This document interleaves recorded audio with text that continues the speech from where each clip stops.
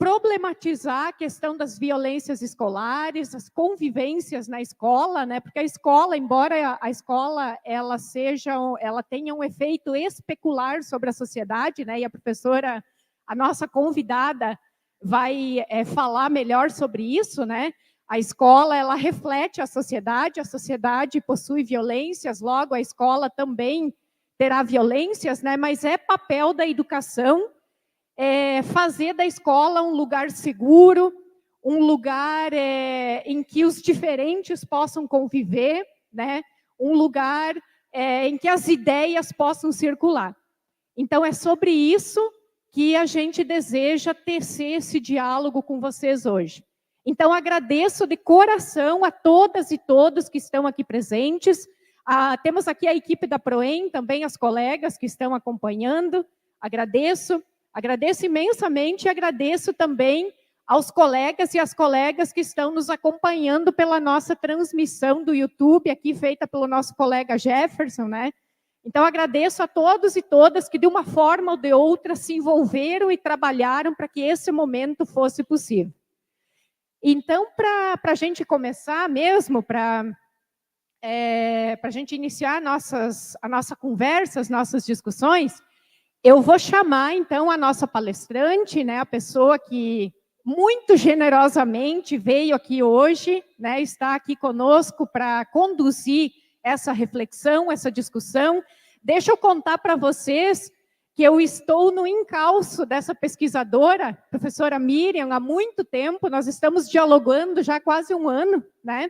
E agora que a professora Miriam conseguiu abrir um espaço na sua agenda, vocês já vão saber do que eu estou falando aqui, de que agenda, de que pessoa que eu estou falando, uma pessoa que tem um sólido conhecimento, que tem uma trajetória sólida de pesquisa sobre o tema, né? Então, a professora Miriam Abramovay, ela possui graduação em Sociologia e graduação em Ciências da Educação por Universidade de Paris. Eu não vou dizer os nomes em francês aqui para não errar, né? Depois a professora pode dizer, se vocês tiverem curiosidade. A professora possui mestrado em Educação, História Política e Sociedade pela PUC de São Paulo. É doutora em Ciência da Educação, também por Universidade Francesa. A professora é coordenadora do Programa de Estudos e Políticas sobre Juventudes, Educação e Gênero, Violências e Resistências da Faculdade Latino-Americana de Ciências Sociais, a Flaxo. Ela coordena o curso de aperfeiçoamento em Educação e Juventude, na Flaxo. A professora integrou o grupo de trabalho de especialistas em violências nas escolas do Ministério da Educação. Vocês ficaram sabendo, né, depois dos vários episódios, né, de violências escolares, né, que o Ministério da Educação fez esse grupo de trabalho. Então, a professora integrou esse grupo de trabalho. E a professora também conduziu inúmeras pesquisas sobre juventudes e violências escolares.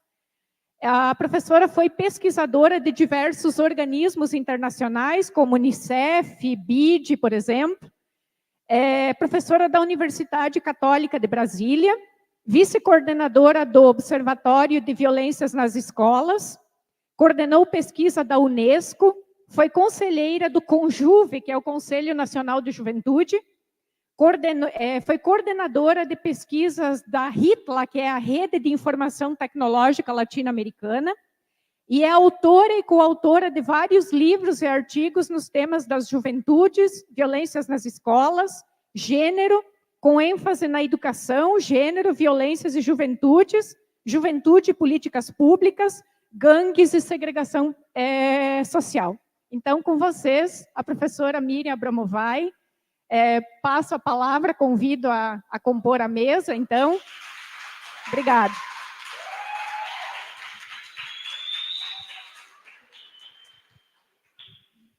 Bom dia a todas e a todos que estão aqui. Queria agradecer muito vocês estarem aqui, porque tiveram uns que entraram e saíram, né? Vocês não saiam, por favor. Queria dizer que agradecer também o convite né, o convite da Eliane, o convite de vocês, por eu estar aqui hoje, ter essa oportunidade de dialogar com você. Eu vou confessar que eu não sabia, que eu achei que era só para professores. Então, talvez minha linguagem não esteja muito apropriada. Mas, se não estiver muito apropriada, vocês podem me interromper e dizerem, não entendi, quero perguntar isso, quero perguntar aquilo, não tenho nenhum problema de dialogar com vocês. Tá bom? Tá? Espero que vocês se divirtam, apesar de que o tema não é nada divertido, né? Nós sabemos de tudo que aconteceu no Brasil, foram, se não me engano, 36 ataques, se não me engano, né? Com muitas mortes, né? Nós tivemos e temos um problema ainda muito grande. Eu acho que vocês estudam num local de elite, que não sentem na pele o que acontece nesse cotidiano, mas eu acho que é bom saber e conhecer tudo o que acontece no Brasil. Tá bom? Querem perguntar alguma coisa antes de começar? Alguma curiosidade? Nenhuma curiosidade? Nada? Tá bom. Espero que as curiosidades surjam. Professoras, alguma curiosidade? Nada? Tá bom. Vamos lá.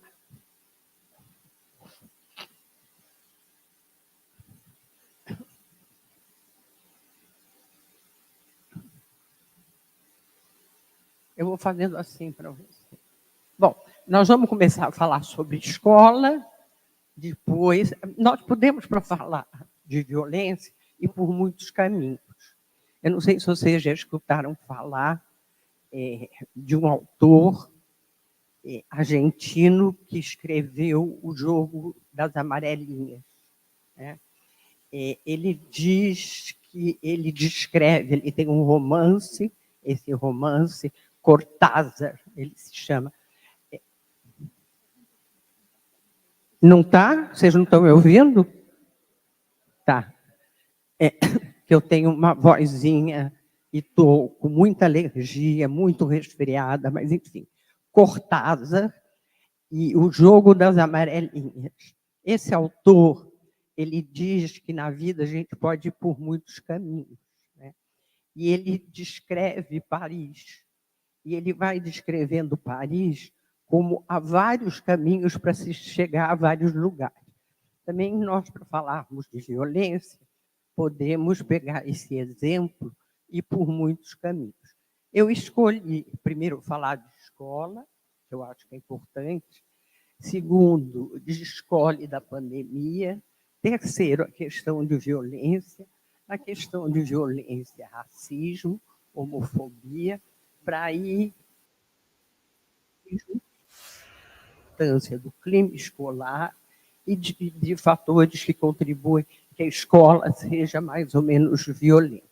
Falar de gestão democrática e como é importante programas de convivência escolar.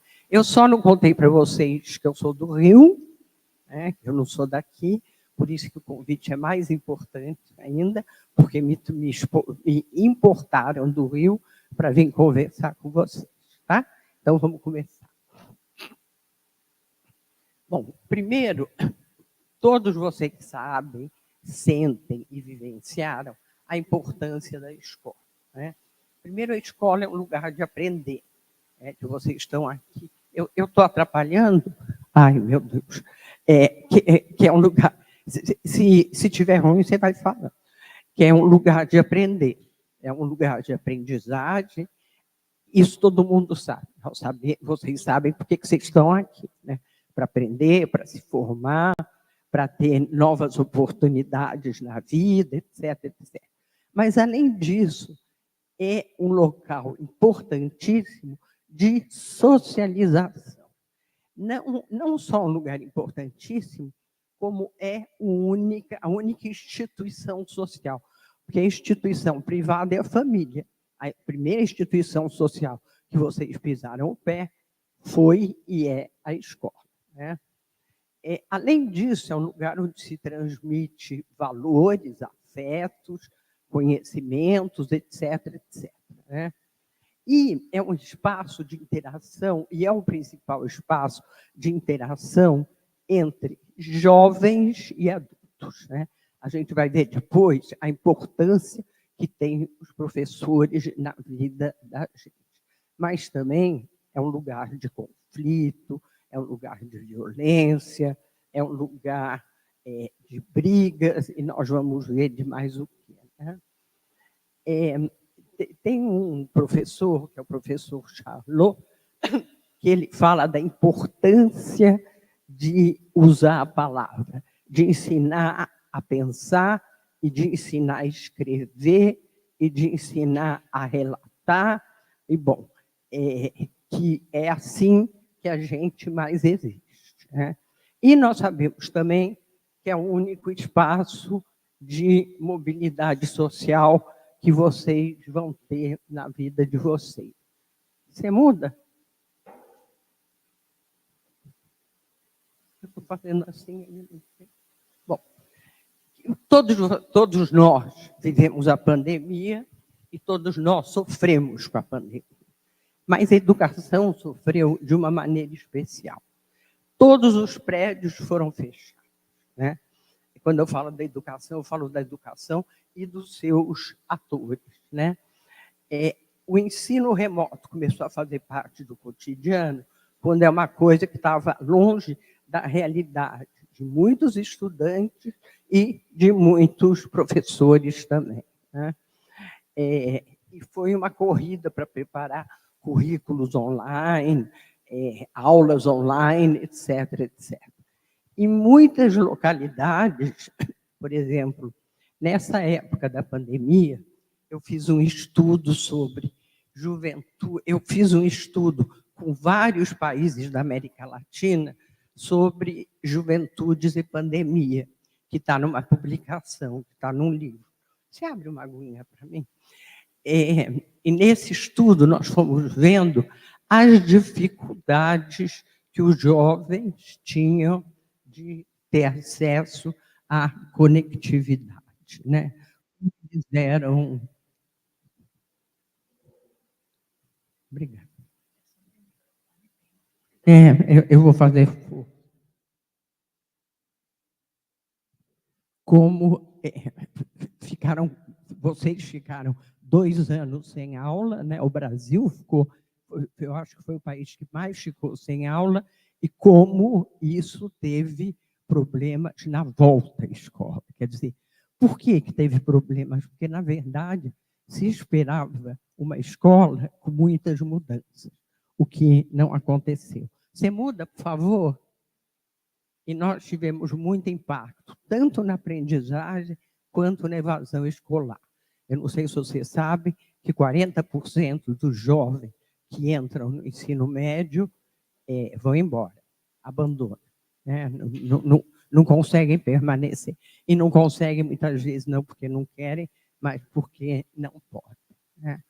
Bom, foi um desafio social e vocês já sabem que o Brasil é um dos países mais desiguais do mundo. E com a pandemia, essas desigualdades ainda aumentaram. A pobreza aumentou, a fome aumentou, o governo que a gente tinha piorou tudo, né? Então, isso foi um grande desafio que aumentou as desigualdades, né? E, quando se voltou, havia um clima muito tenso entre os estudantes, mas um clima muito tenso também na relação professor-aluno, né? Foram muitas perdas, foi muito estresse, foi muitos problemas de saúde mental, falta de confiança, e nós que estávamos pesquisando, encontramos problemas de suicídio e de automutilação. Eu não sei se vocês têm algum amigo ou alguma amiga que sofreram com essas questões, mas isso foi encontrado e é encontrado até hoje. Você muda, por favor? Nós encontramos também, durante a pandemia, uma grande violência contra os professores. Uma grande violência. Isso é uma pesquisa da revista Nova Escola, não foi nós que fizemos, né? Nós somos um grupo de pesquisadores, mas essa pesquisa não é nossa, é da revista Nova Escola. Nós encontramos, se queixavam de violência verbal, 76% dos professores, violência psicológica, moral, e se queixavam muito de estresse, de problemas mentais, etc, etc. Você muda? Cada vez que ele levanta. Bom, por outro lado, nós sabemos que os professores são figuras fundamentais e importantes na socialização das juventudes, né? Eles têm um significado muito grande. Nós fizemos uma grande pesquisa no Brasil que mostrou que a pergunta era por que muitos jovens permanecem na escola, mas muitos jovens abandonam a escola. E eles respondiam que, se eles tivessem... pode mudar. Acho que eu estou falando da outra. Se eles tivessem uma boa relação com o professor, se o professor os respeitasse e se o professor soubesse ensinar bem, eles não deixariam a escola, né? Isso vai muito em contra o que muitas vezes os professores se queixam, né? Que os alunos estão ali por estar, que os alunos não querem estar aí. Quer dizer, existem algumas exigências também relacionadas ao aluno, professor, que esses estudantes têm. Bom, e as violências? Alguém aqui já sofreu algum tipo de violência? Não estou falando dentro da escola, não. Estou falando em geral. Nunca? Sim? Você pode falar? Você pode? Pode relatar? Não quer relatar? Vem cá. Vem cá. Me ajuda. Olha, e vocês vão pensando, porque não é possível que ninguém tenha sofrido nenhum. Estou falando em casa, estou falando na rua, estou falando...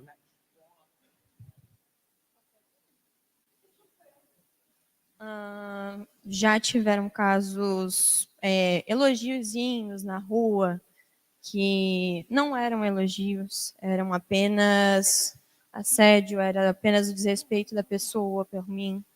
Já tiveram dentro de casa, já teve de tudo, como mostra, como fala, a sociedade, infelizmente, tem em todos os campos. Não quer falar mais?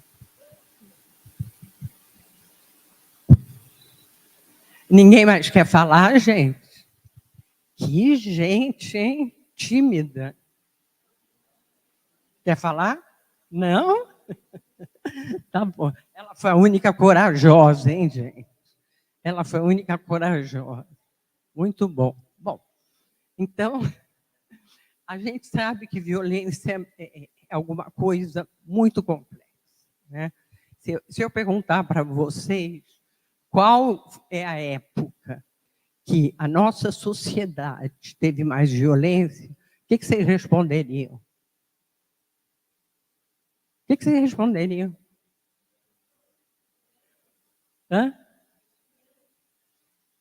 Que hoje? Vocês, meninos e meninas, não são mudos? Vocês? Ai, que gente mais envergonhada. Bom, nós temos uma sensação de violência muito forte, né? Muito grande. Nós temos a sensação que nós sempre vivemos e convivemos com a época mais violenta. Nós tivemos muitas épocas violentas, né? Nós tivemos o fascismo, o nazismo, etc, etc, etc. Né? Então, esses fenômenos que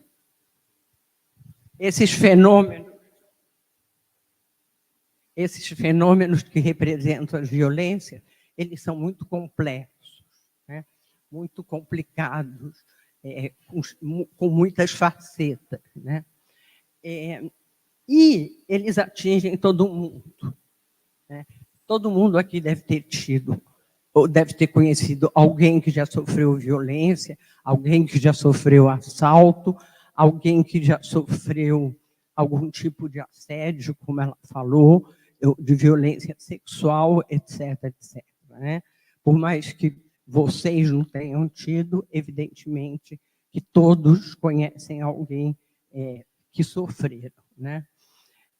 Então, existe, por exemplo, quando a gente vê na televisão, existe uma cultura da violência que banaliza a violência.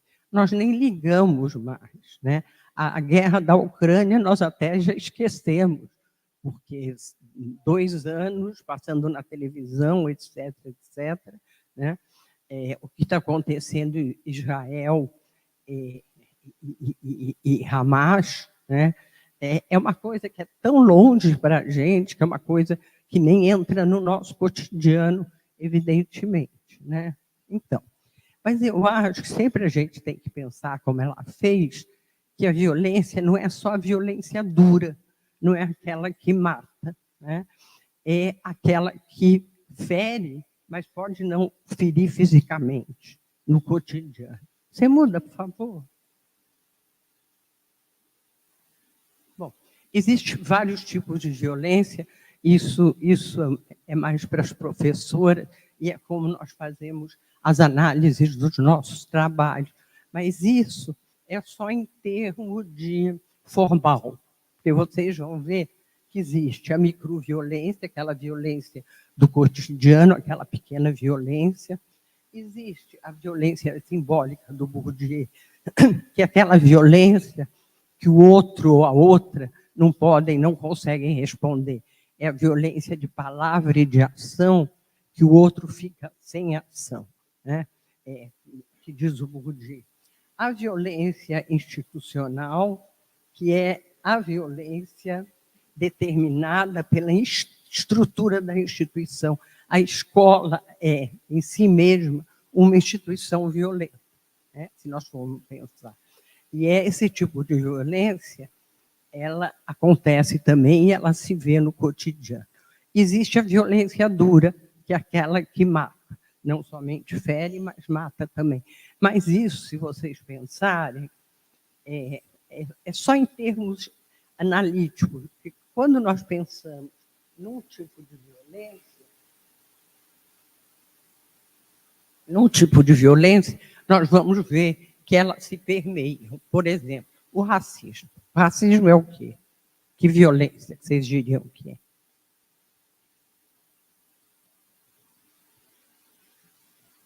Qual?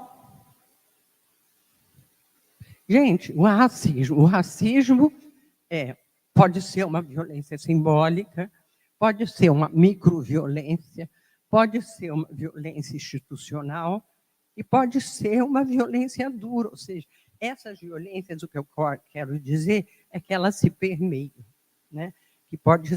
Um fenômeno pode passar por todo tipo de violência. Deu para entender? Então, não é para ficar pensando, ai, que violência é essa? Não é para isso que eu estou falando. Próximo. Bom, aí não dá nem para enxergar. Bom, quais são as violências que a gente encontra? Violências verbais, xingamentos, discriminação, que é homofobia, né, racismo, capacitismo, discriminação por religião, aparência física. Eu estou colocando isso aí porque essas são as violências que nós fomos encontrando nas escolas durante esses anos que nós pesquisamos, né? Violência de gênero, brigas, agressão física, ameaças, assédio, violência sexual, furto. Furto na escola é uma coisa muito comum, se diz que é pegar por pegar, mas traz consequências gravíssimas no cotidiano da escola, né? Porque uma pessoa que se sente furtada para de ter confiança na instituição escolar. Exclusão social, parece que a escola é um lugar uniforme, onde as pessoas são mais uniformizadas, né?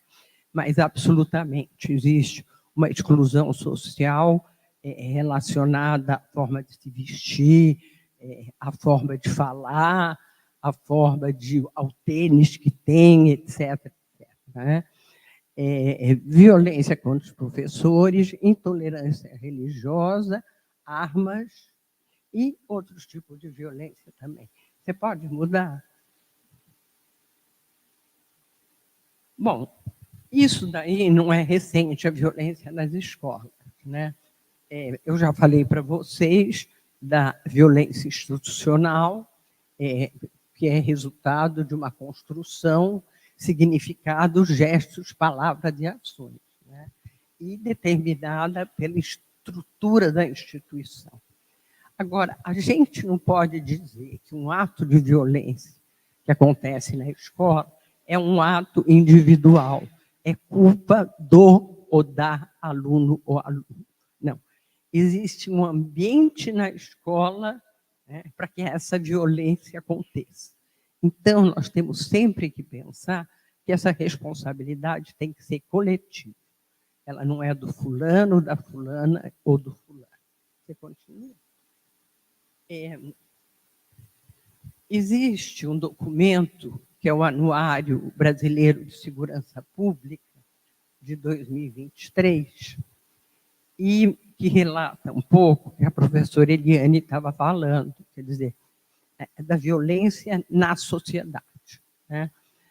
Que a gente tem que levar em conta. No entanto, vou retomar as palavras da professora Eliane para dizer que a violência que existe nas escolas, ela pode ser independente do que acontece na sociedade. A sociedade não é só um reflexo da escola. Ela tem sua própria estrutura, sua própria dinâmica, e ela cria suas próprias violências. Apesar disso, é muito importante a gente perceber que no Brasil, em 2021, 1.295 escolas relataram episódios de tiroteios e balas perdidas, representando 1,7% das escolas brasileiras. 1,7% das escolas brasileiras é muita coisa. Se fosse 0,5%, também seria muita coisa, porque são muitíssimas escolas, né?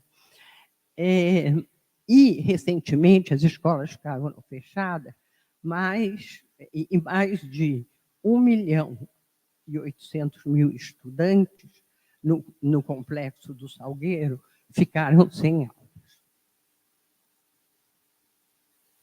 Bom, que tipos de violência, voltando, a gente vê na escola? Apelidos pejorativos relacionados à questão do racismo. Algum de vocês já viu algum ato racista dentro da escola? Sim? Algum de vocês já vivenciou algum ato racista dentro da escola? Ninguém quer falar aqui, né? Ninguém quer falar. Bom, então, faz mal. Então, nós encontramos dentro das escolas, quando a gente vai fazer pesquisa, muitos apelidos relacionados ao cabelo, à cor e ao cabelo também. Cabelo de bombril, galinha de despacho, encardido, pneu queimado, carapinha, entre outros, né?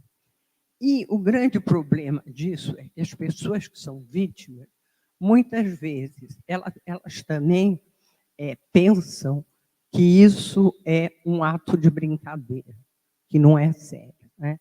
Isso é seríssimo, isso não mata, mas isso fere, muitas vezes, fere profundamente. A próxima. Racismo estrutural. Todos vocês sabem que o Brasil é um país profundamente racista, né? Que ele vive o que se chama um racismo estrutural, né? E esse racismo estrutural nós vemos no cotidiano. Eu não vou dar mais dados para vocês, porque acho que fica muito pesado. Tem um escritor que se chama Beijelu, que ele faz um trabalho muito bonito sobre racismo. Ele escreveu um livrinho para a filha dele, explicando o que é racismo. Não está em português, só está em francês. E ele vai nos países, né, de língua, nos países africanos, e ele vai explicando nas escolas e vai discutindo com os jovens sobre o racismo, né? E o que ele diz que tem que se incluir no cotidiano do que os professores ensinam e do que os alunos aprendem, a discussão sobre o racismo. O racismo pode estar em todas as disciplinas e deve estar em todas as disciplinas. E ele diz que a raiva racial não tem descanso, e a luta contra essa raiva tem que estar presente cotidianamente. Pode ir. A homofobia. Alguém já viu algum ato de homofobia aqui na escola? Uhum. Vocês querem me contar? Vem. Ela que fez assim, não quer vir aqui contar. Então, fala daí. Hã? Fala você, que é mais despachado. Fala. Vocês estão escutando?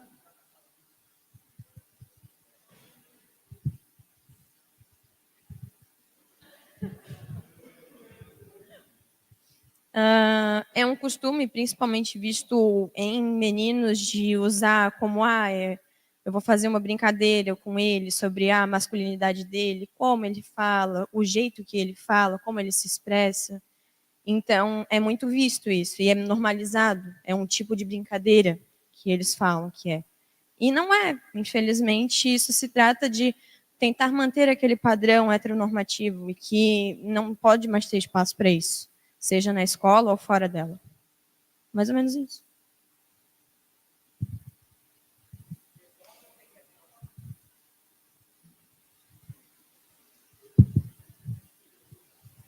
Ninguém mais quer falar nada?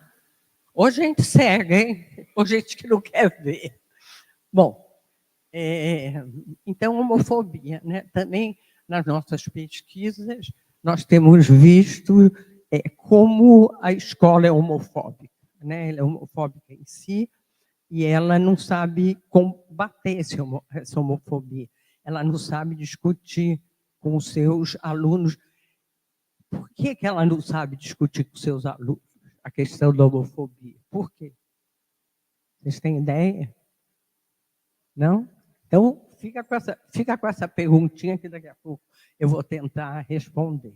Então, são insultos, né, xingamentos à população LGBTQI+, e os apelidos encontrados, bicha, Barbigão, Maria Macho, etc, etc, etc. Né? Pode mudar? Bullying, cyberbullying. Vocês já devem ter escutado e escutam constantemente falar de bullying. Né? E isso é uma questão e é um problema, porque todo bullying é violência, mas nem toda violência é bullying. Então, nós não podemos considerar toda violência sendo bullying. Você muda, por favor. Nós tivemos 2 leis. A última lei saiu agora, né? Que é essa lei 14.811, que saiu agora, e que sai lei anti-bullying e violência sexual. Coisa não tem nada a ver com a outra, né? Absolutamente nada a ver com a outra. Mas eu acho que isso é uma outra questão, né? Então, o bullying é um conceito que vem de um norueguês que se chama Orwells, né? É um conceito do norte da Europa. Então, vocês podem imaginar que no norte da Europa não há esse tipo de violência que existe no Brasil. Imagina se algum estudante vai entrar com uma faca na escola. Imagina se algum estudante vai xingar um professor. Imagina se algum professor vai fazer alguma brincadeira grosseira. Não existe, né? É outro tipo de cultura.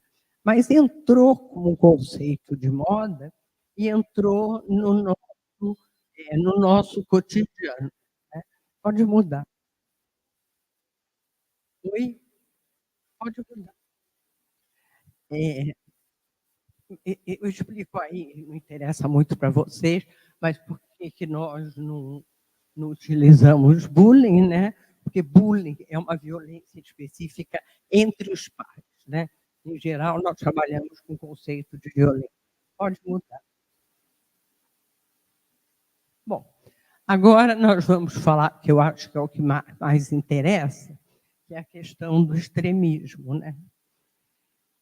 Esses ataques à escola foi a manifestação mais pérfida, né, dos tipos de violência que aconteceram e dramática, né, contra as escolas, né. Entre 2002 e 2023, nós tivemos 36 ataques, 164 vítimas, 49 fatais e 115 pessoas feridas. A professora Eliane já tinha dito que o MEC constituiu um grupo de trabalho para trabalhar esse tema, que se reuniu durante 8 meses e que apresentou um trabalho final, ataque às escolas, análise do fenômeno e recomendação de ações para o governo, né? Muda, por favor. O ataque às escolas, bom, eu vou falar um pouco assim, mais à vontade, mas o que foi encontrado nesse trabalho nosso foi o seguinte, que para existir esses ataques na escola, já existiam situações na escola propensas a que esses ataques acontecessem. Evidentemente que os daqui, de Santa Catarina, foram diferentes, porque foi numa creche, e foi uma pessoa estranha à escola. Mas de todos os ataques, vamos dizer, 98% dos atacantes, primeiro, são homens, né? São homens baseados numa ideologia machista, né? Homofóbica e racista. Vocês podem ver que são homens e que são todos homens brancos. Não existe um homem negro que tenha feito um ataque às escolas, né? Eu não sei se vocês prestaram atenção nesses ataques, mas são ex-alunos, né, que demonstravam ter muita raiva da escola, e o que a gente pode ver nesses fenômenos é que aparece a ideologia do exibicionismo exacerbado, né, junto com a subcultura do ódio. Ou seja, eles querem aparecer de todo jeito, né? Tanto que eu não sei se vocês se deram conta que depois, nos últimos ataques, já era proibido colocar as imagens na imprensa, já não saíram mais. Pode mudar, por favor? É um extremismo de direita, né? Subsidiado por símbolos nazistas e fascistas, neonazistas, né? E quando a polícia foi na casa dos atacantes, no computador que ela encontra esses tipos de símbolo e de ideologia. Eu disse que ia falar depois, mas nós tivemos 4 anos onde era proibido falar da questão de sexualidade, né? Onde se começa a militarização da escola, onde há uma muito grande do número de armas. E todos esses fenômenos, além do que acontecia em cada escola, propiciaram a que acontecessem esses ataques. Pode mudar?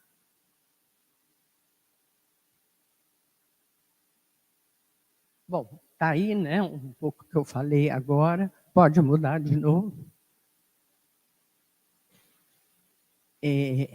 Então, nós sabemos que há impactos na relação da violência das escolas, e grande impacto, estou querendo acabar logo, porque acho que eles já estão. Grande impacto, pode mudar. E o que não adianta? Primeiro, colocar a polícia dentro da escola. Isso é uma coisa que realmente se mostrou que não era efetiva, né? Medidas repressivas, como escola sem partido, denunciar professor, militarização, que eu falei agora, câmeras nas escolas também mostrou não ser efetivo. Enfim, pode mudar. E o que adianta, né? O que seria positivo?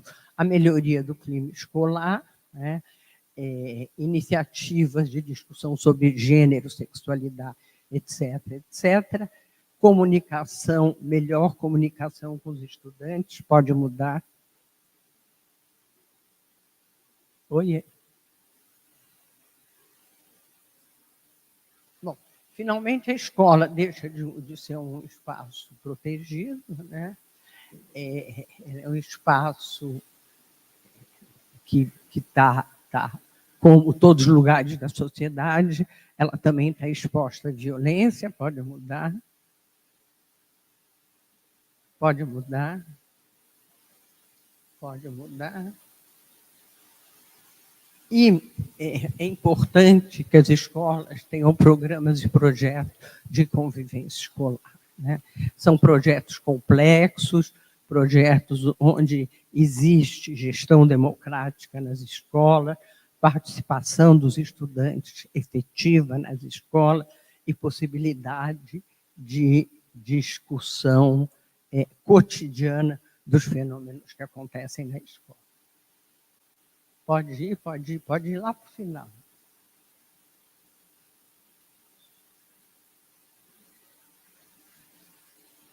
Não, anterior, não a bibliografia. Anterior. Bom, então, a convivência escolar é algo fundamental no cotidiano das escolas. Se alguém tiver curiosidade depois, no programa de convivência escolar, nós podemos conversar, porque acho que eles já estão cansados. Então, eu acho que a outra. Nós temos que sensibilizar todos os atores com ações para promover o diálogo e a cultura da não violência. Vocês podem perceber.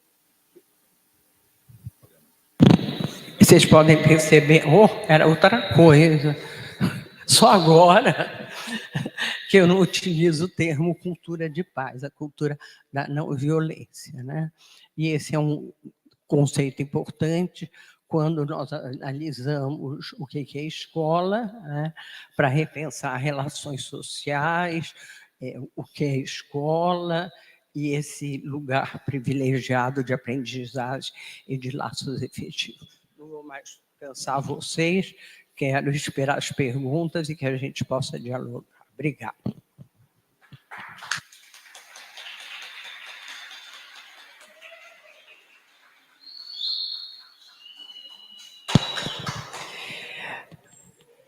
Muito obrigada, professora Miriam, pelas suas considerações, pelas reflexões, pelos dados que nos traz aqui para pensarmos, para problematizarmos e para usarmos como os elementos necessários para a gente pensar, para a gente tornar essa política nossa, recentemente aprovada, algo vivo, não apenas um documento de gaveta, né? Mas algo vivo que possa embasar as nossas práticas, que possa iluminar, por assim dizer, não gosto dessa palavra, porque ela é iluminista, sendo redundante já, né? Mas, enfim, que essa política seja algo vivo, né? Algo a embasar as nossas relações, né? Então, pergunto se vocês têm considerações a fazer, agradeço, né, pela atenção, né, perceptível, né, que vocês ficaram atentos, acompanharam, fizeram até o esforço, né, o microfone não estava muito bom, né? Mas que vocês fizeram o esforço aqui para ouvir, para acompanhar, né? Então, agora é o momento de conversar. Então, sintam-se à vontade para fazer as perguntas, fazer as considerações, o que vocês pensaram, o que os dados, né, que a professora Miriam nos trouxe, fez vocês pensar sobre o assunto, o que vocês pensam sobre esse assunto? Vocês foram consultados? Vocês opinaram na construção dessa política? O que vocês esperam dessa política? Né? Então, fiquem bem à vontade. Nós temos também as questões que esperamos que cheguem, né, das pessoas que estão, dos colegas, né, que estão nos acompanhando nos campos, né? Então, a gente vai mesclar entre falas daqui, considerações, perguntas e as perguntas dos campos também. Quem é que começa? Gisele? Por gente, o Jefferson vai... pode deixar que eu faça essa... Vamos deixar esse microfone para a professora. Pode deixar que eu lembro. Tá bom. Dá esse para ela também. Acho que eu falo com isso. Professora, obrigada pela apresentação. Trouxe vários elementos, né, que nos colocam à reflexão. Infelizmente, a gente não vive um momento exclusivo de violência, né? Como a senhora colocou, isso faz parte da nossa sociedade, né? A constituição das relações ela está muito permeada pelas violências, mas isso não quer dizer que a gente não deva pensar numa sociedade diferente. Então, nesse sentido, eu queria ouvi-la falar um pouco sobre as medidas restaurativas, que está muito em moda, né? Então, assim, quando a gente vê situações de violência, situações que geram desconforto nas relações da escola, a gente vê que as ações imediatas elas têm um cunho coercitivo, né? Ou de medo, ou de afastamento, ou de tirar a situação, o problema do foco. E a gente vê que o judiciário vem trabalhando muito com a questão restaurativa, da qual eu tenho algumas dúvidas, me intriga, assim, né? Até que ponto a justiça restaurativa ela é possível e quando ela não pode ser utilizada. Então, assim, se puder falar um pouco sobre esse contexto, para ajudar a gente a pensar.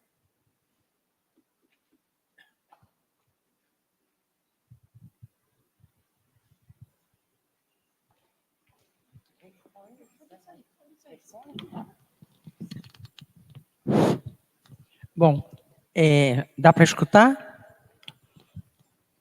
A justiça restaurativa é uma técnica, né?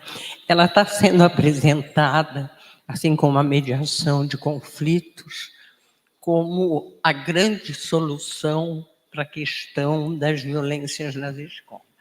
E ela é simplesmente uma técnica. Se ela não for, pelo menos na minha opinião, acompanhada com um programa de convivência escolar, o que é um programa de convivência escolar? Primeiro de tudo, no Brasil, em geral, nós não temos dados. Nós não começamos os programas sociais com diagnósticos. Vide agora o pé de meia. Se começa um programa dessa importância, desse custo, sem ter feito um diagnóstico sobre o que as juventudes são e o que elas vão fazer com esse dinheiro que elas vão ganhar. Mas se começa o programa, né? Então, eu penso, se você não começar tudo com diagnóstico sobre a questão das violências escolares, onde você vai aplicar justiça restaurativa, se você não chamar por uma gestão democrática, se você não chamar por uma escola mais participativa, com a presença dos estudantes, né, não adianta só se restaurar. Você vai restaurar, é quase uma coisa individualista no mundo, né, onde você tem que mexer com muito mais profundidade. Então, essa tem sido a minha experiência. Nós temos uma proposta de um programa de convivência escolar, onde pode entrar justiça restaurativa e outras técnicas, né? Mas você tem que ter, primeiro, um diagnóstico. Segundo, fazer com que a escola participe, que a escola fale o que tem que mudar, né? Porque a justiça restaurativa, você não vai restaurar só um conflito. Não é isso que tem que acontecer. Não é isso que vai mudar na escola. Essa é a minha opinião.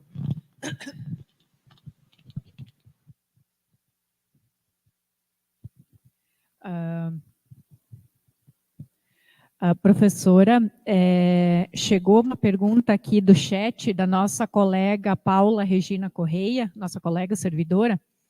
Ela pergunta o seguinte, que na esteira da questão que a Gisele fez, né, nós temos constituído aqui no IFSC, né, uma Câmara de Mediação de Conflitos, que ela está sendo implementada e gerida pela ouvidoria.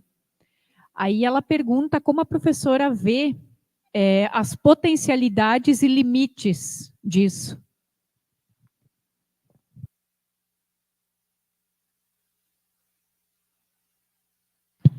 Paula, quem é a Paula?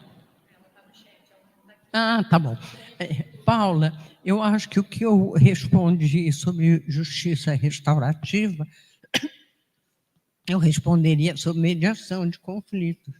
É uma técnica que, se não tiver inserida, globalizada, num pensamento, numa possibilidade de mudança de toda a escola, uma possibilidade de gestão democrática, uma possibilidade de ter feito antes um diagnóstico do que está acontecendo nas escolas, eu acho que pouco efeito faz, infelizmente, né? Porque é uma técnica. Então, tem que ser uma técnica juntamente com outras possibilidades, porque senão é muito restrito. E se você lê as avaliações internacionais sobre a mediação de conflito, diz exatamente isso, né? E esses programas, em geral, eles não têm acompanhamento e avaliação. Então, se diz assim, mediação de conflito e justiça restaurativa vai resolver todos os problemas de violência, quando absolutamente essas duas técnicas não resolvem, e as avaliações internacionais mostram isso. E, nesse sentido, todo programa novo que se começa, é preciso fazer uma avaliação do programa. Uma pergunta daqui agora. Quem é que gostaria de perguntar, de comentar, de concordar, de discordar, né, professor? Quem é que gostaria? Como é que é teu nome? Quem gostaria? Eu levo o microfone como é que é teu aí. nome? Quem gostaria? Eu gostaria... desculpa.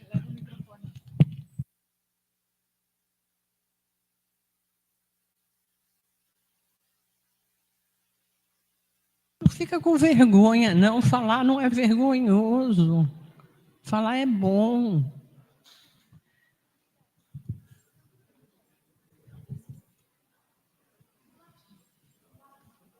Ela desistiu. Ai, gente, fica com vergonha dos colegas de vocês.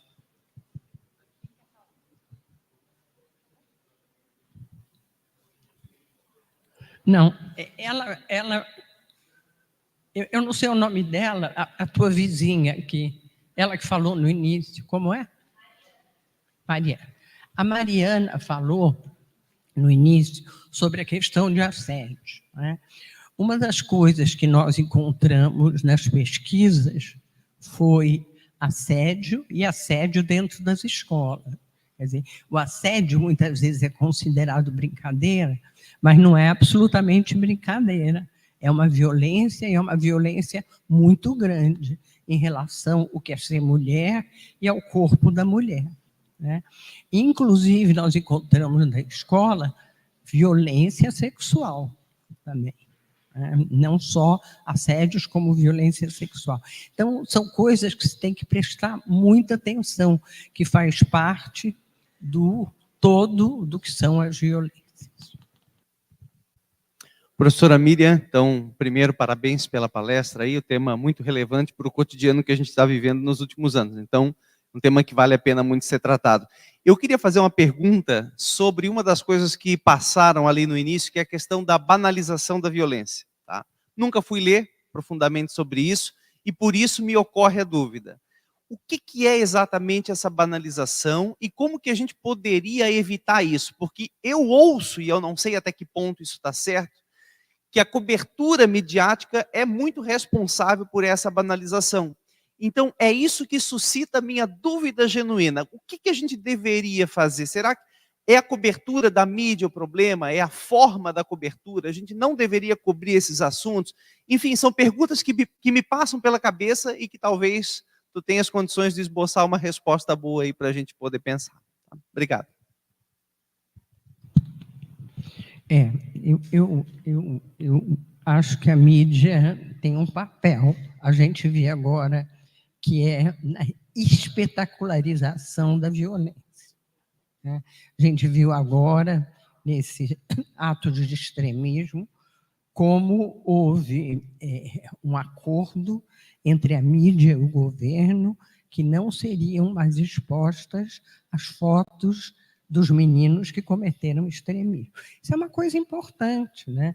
Porque, inclusive, uma parte que eles cometem o extremismo está relacionado ao exibicionismo, que é algo muito próprio da idade deles. Né? Querer aparecer, querer estar na mídia, espetacularizar. Ou seja, eu acho que a questão da mídia, que muitas vezes ela espetaculariza um acontecimento, mas ela não é culpada. E não pode ser culpada. Né? Eu acho que a violência é banalizada porque nós vivemos e convivemos com uma violência no cotidiano. Né? Eu acho que faz parte da nossa subjetividade, faz parte das nossas emoções conviver com as violências, né? E viver com as violências. E isso acaba sendo algo normal e corriqueiro. Eu acho que faz muito mais parte da sociologia das emoções do que culpabilizar a mídia sobre isso. Quem mais?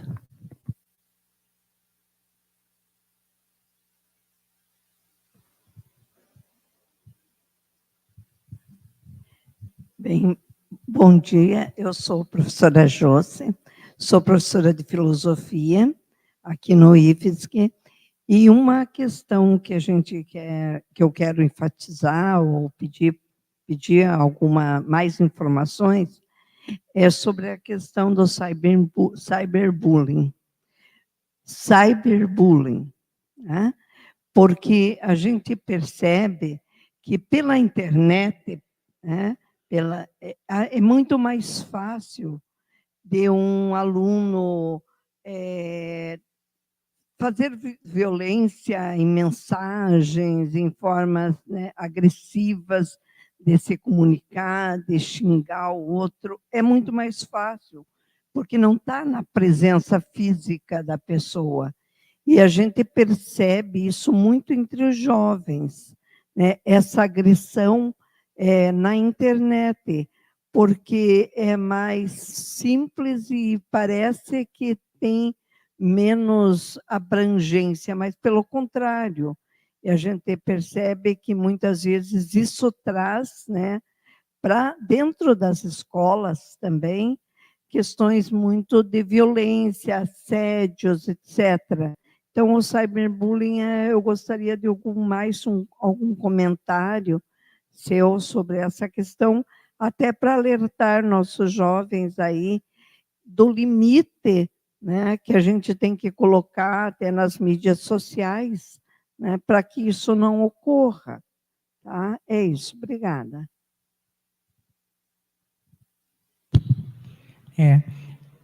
Eu acho que é um dos fenômenos mais perigosos, né, existentes hoje em dia.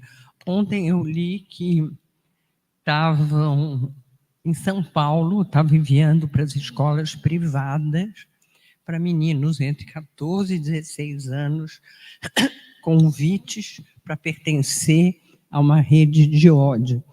Só que os convites eram engraçados, era através de memes. E os meninos começaram a entrar, mas era um grupo neonazista que estava fazendo isso, né? Então, as escolas começaram a avisar os pais e os meninos não tinham nenhuma ideia de onde que eles estavam entrando, meninos e meninas, né? Eu acho que sim, que você tem razão.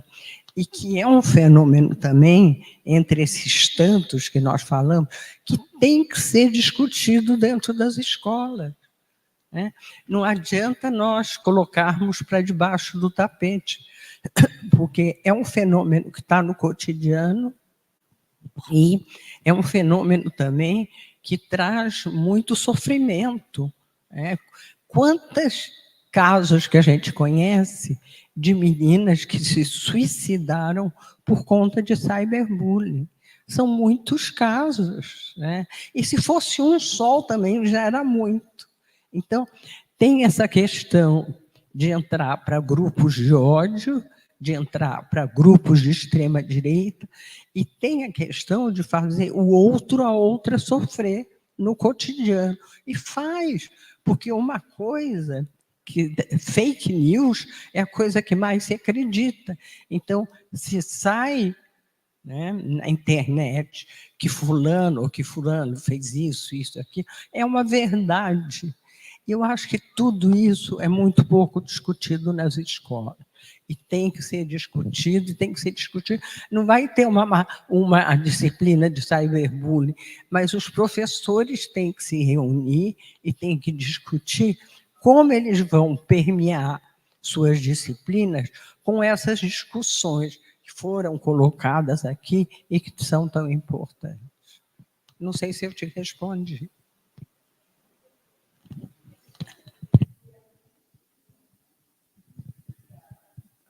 Obrigada, colega professora.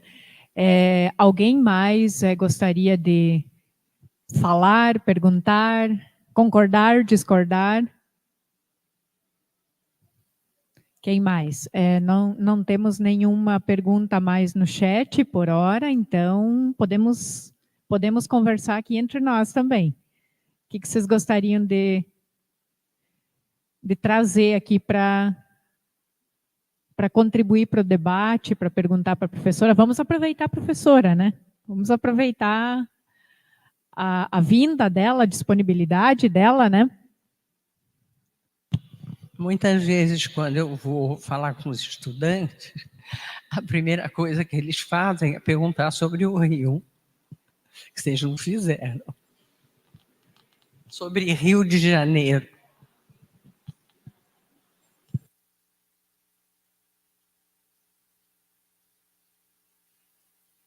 Nenhuma pergunta, gente?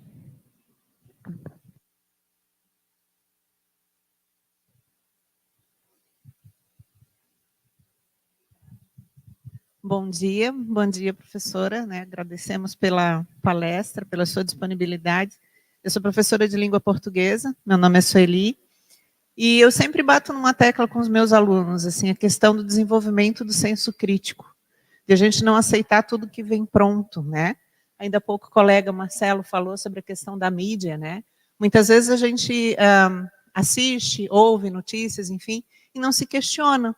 Será que isso é verdade realmente, né? Até que ponto eu estou envolvido em relação a isso? Quais são as consequências disso que foi publicado? Da mesma maneira, quais as consequências dos meus atos, daquilo que eu escrevo? O que podem pensar disso? Quem que eu posso ofender ou não, né? Então, eu sempre converso com os meus alunos no sentido de desenvolver esse senso crítico, fazer as leituras e pensar, tá, mas o que eu acho disso? O que eu penso disso? Eu acho que um grande exercício seria a gente passar a fazer as leituras, eu sempre digo isso para eles, né? Ler e sempre se perguntar, não simplesmente ler no sentido de eu vou apenas adquirir essa informação sem processá-la.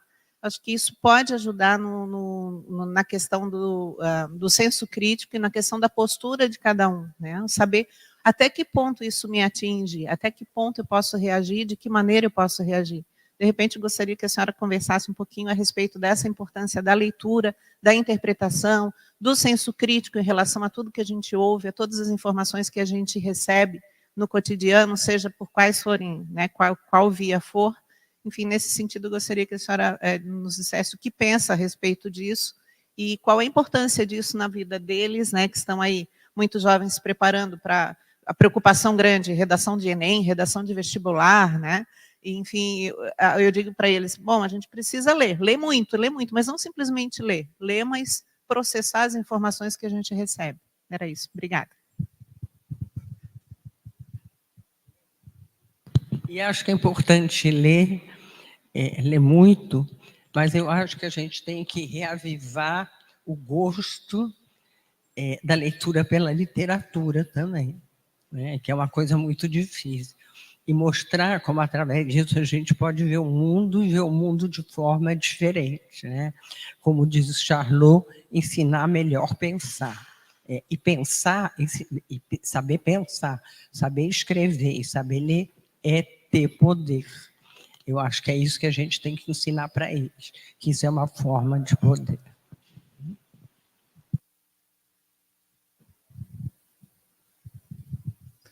Bom dia, professora Miriam. Obrigada pelas suas contribuições.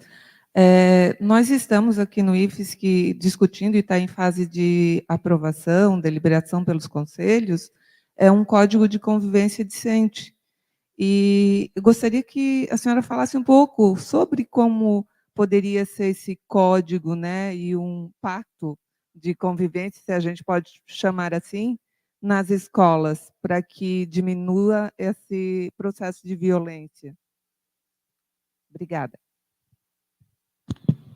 Nós temos uma proposta de um programa, né, para os, em nível estadual e municipal, para todas as escolas, né, porque também é muito difícil, numa situação como a que nós vivemos, mexer numa escola. É por isso que eu digo que o primeiro passo tem que ser uma grande pesquisa sobre a questão da violência e das convivências na escola. Mas uma pesquisa com professores, com estudantes, com pais, com, enfim, com funcionários da escola, onde todos participem, né? E tem que ser uma pesquisa quantitativa, que hoje facilitou muito, porque tem o Google Forms, e uma pesquisa qualitativa, onde se escutem, né, onde se escute os diferentes grupos, né? A partir daí, esse resultado é devolvido, e tem que ser devolvido para as secretarias de educação, e tem que ser devolvido para as escolas. E aí cada escola tem que fazer um plano de ação do que quer que aconteça, do que quer que mude, e esse trabalho ser acompanhado.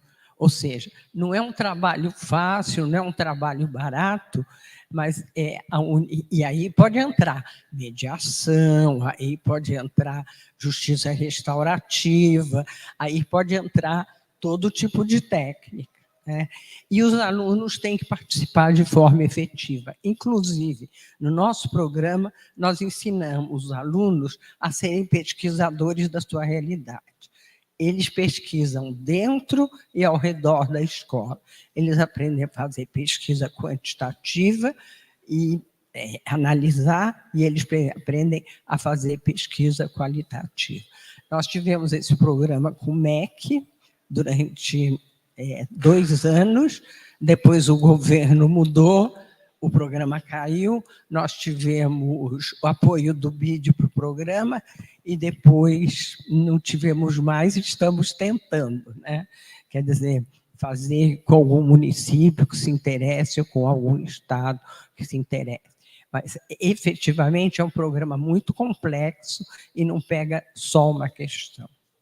Eu não apresentei aqui porque eles estão cansados, mas depois vocês têm o PowerPoint, se vocês quiserem dar uma olhada, eu acho que no final tem o meu e-mail, se vocês quiserem dialogar comigo. Professora, nós temos uma pergunta do chat que foi feita pela nossa colega Sandra Guimarães, que é gestora também da reitoria, da equipe da Proem.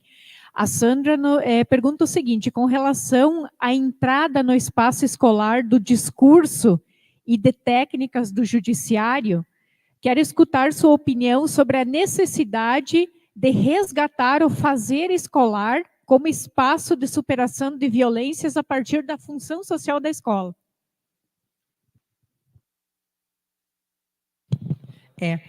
Nós temos visto nas pesquisas durante todos esses anos que a escola não pode abandonar o seu papel. Ela não pode pegar o seu papel e passar para o judiciário, como tem sido feito durante esses anos. Ou seja, a escola não pode ser judicializada. É o que a gente diz. Evidentemente que há momentos e há problemas na escola que ela tem que passar adiante, tem que passar para o judiciário. Mas ela não pode banalizar o judiciário dentro da escola, né? Porque, senão, as pesquisas que a gente lê em outros países dá uma sensação para os estudantes de abandono. Ou seja, que a escola, que a direção da escola não tem o poder de resolver os seus problemas, né? Se vocês levarem isso para casa, se um pai e uma mãe não têm como resolver os seus problemas dentro de casa, vai ter maior problema dentro de casa. É igualzinho dentro da escola. Não pode passar os seus problemas para o judiciário, né? Tem que resolver os seus problemas cotidianos. Evidente que se tem um problema que é gravíssimo, tem que ser passado para o judiciário. É isso que eu penso. Temos alguma pergunta? Alguém se encorajou mais para perguntar? Não? Nenhuma pergunta? Eu vou fazer uma, então. Professora Miriam, a senhora destacou aqui no material, né, que a senhora nos traz, sobre a importância da gestão democrática como um elemento fundante, né, na edificação de uma escola menos violenta e de uma escola que se propõe a combater as violências, né? Que mensagem que a senhora deixaria para a equipe gestora no sentido de se construir uma escola que vá nessa direção? O que a senhora diria para a equipe gestora? Daí a gente pode tomar para nós mesmos, enquanto gestores, para a gestão do campus também, né? Enfim, que pistas aí, que caminhos para a gestão, no sentido de se construir uma gestão democrática que contribua nesse debate. Se nós vemos o histórico do que foi a escola, nós vamos ver que a escola começou a receber, desde mais ou menos 50 anos atrás, toda a população de crianças, adolescentes e jovens. Não que permaneçam, crianças permanecem, mas adolescentes e jovens saem, né? Mas começaram a passar pela escola, a escola começou a ser muito mais democrática, sem dúvida. E na medida em que ela passou a ser mais democrática, ela passou a ser menos democrática também, né? Ela não conseguiu dar conta dessa nova população, ela não conseguiu dar conta da cultura popular e da cultura juvenil, e ela passa a ser menos democrática também. Então, eu acho que tem que se pensar qualquer plano de convivência escolar, qualquer plano de melhoria de clima escolar dentro das escolas, tem que ser pensada uma gestão mais democrática, mais participativa, onde se leva em conta que existem adolescentes, jovens e mesmo crianças dentro das escolas, e que eles têm que ser escutados. Eu sei que é muito difícil, que é muito fácil falar isso de fora, porque eu não estou no cotidiano e nessa briga de estar com com essas crianças, adolescentes e jovens, quer dizer, com jovens até eu estou, mas crianças e adolescentes no dia a dia, e que é muito difícil dar conta de toda a burocracia, de tudo que se tem que passar para eles, de tudo que se tem que ensinar, e ainda se fazer uma gestão democrática. Mas eu acho que tem que ser uma discussão séria, que a gente pode mudar a escola tendo, o primeiro passo é uma gestão democrática. O primeiro passo é voltando a reforçar os grêmios. Os grêmios desapareceram, né? A participação desapareceu. Não se fala mais de participação. Isso é muito importante para um jovem. Não importa que seja um grêmio para fazer viagem. Isso é muito importante, né? É muito importante que eles participem nos conselhos e é muito importante que eles possam ter espaço para dizer o que eles estão achando do que está sendo passado para eles. Claro que eles têm que fazer ENEM, evidentemente que eles têm que fazer ENEM. Não é para substituir, mas para achar espaço para isso. E a gestão democrática é fundamental. Obrigada, professora. Alguém gostaria de perguntar algo, falar algo? Sim.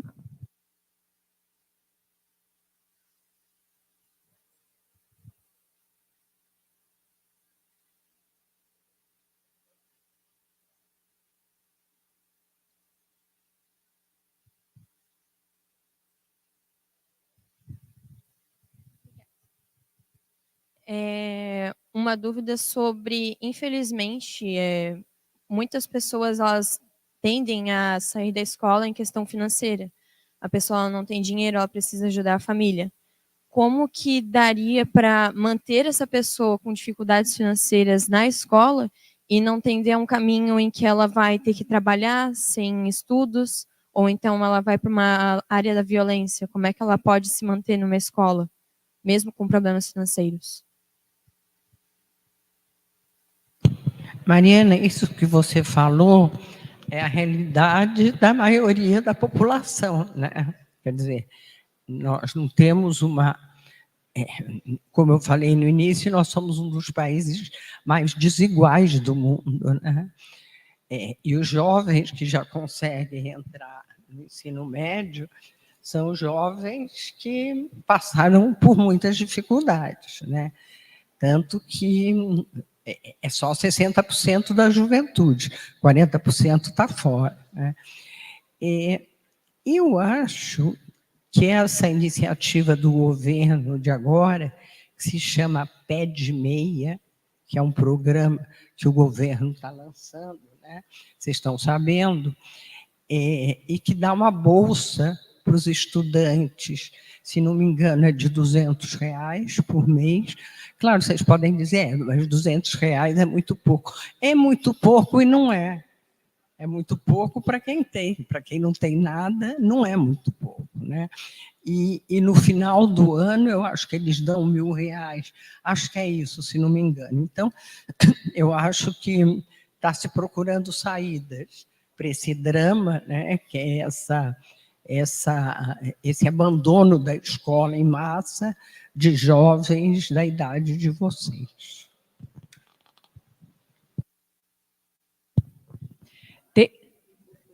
Pois, jovem não tem que trabalhar, jovem tem que estudar, né?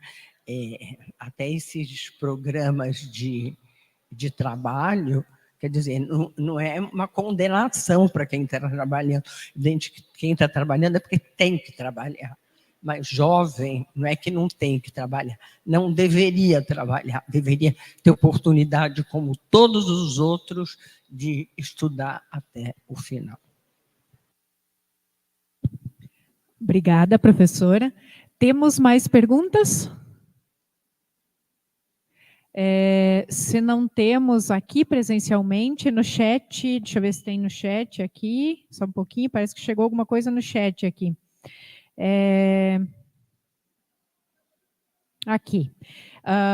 Professor Jesué, que é professor aqui da casa, né?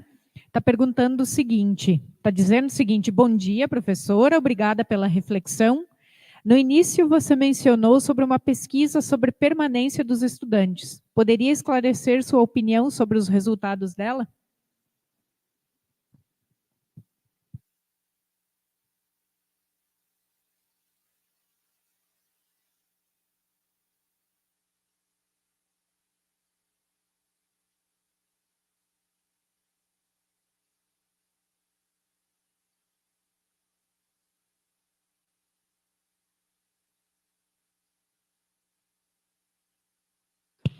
Desculpa, mas eu não me lembro do que eu falei. Uma pesquisa sobre permanência dos estudantes.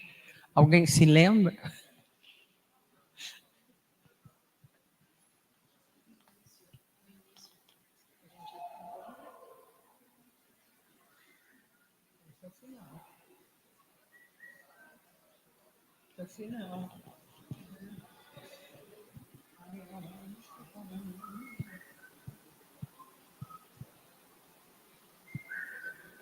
No começo. Começo. Ele está falando no começo. Começo.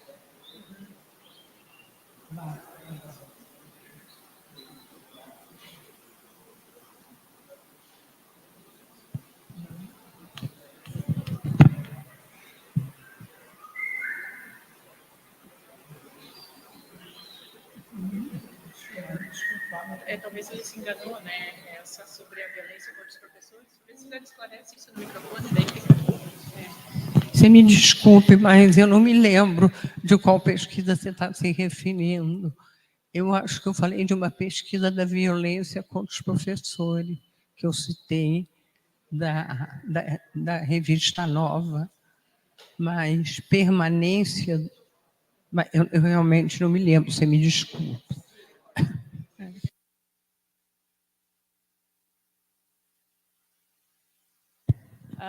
Então, nós gostaríamos de agradecer, mais uma vez, agradecer aos estudantes, às estudantes que acompanharam, que estiveram aqui, que falaram, que trouxeram os seus depoimentos, as suas percepções, agradecer aos servidores e às servidoras, tanto aqui do Campus São José, né, também lembrando, né, que o Campus São José está de aniversário, está fazendo seus 36 anos, né, e essa palestra é parte da programação também, né, promovida pelo Departamento de Formação em parceria com o Campus São José, né.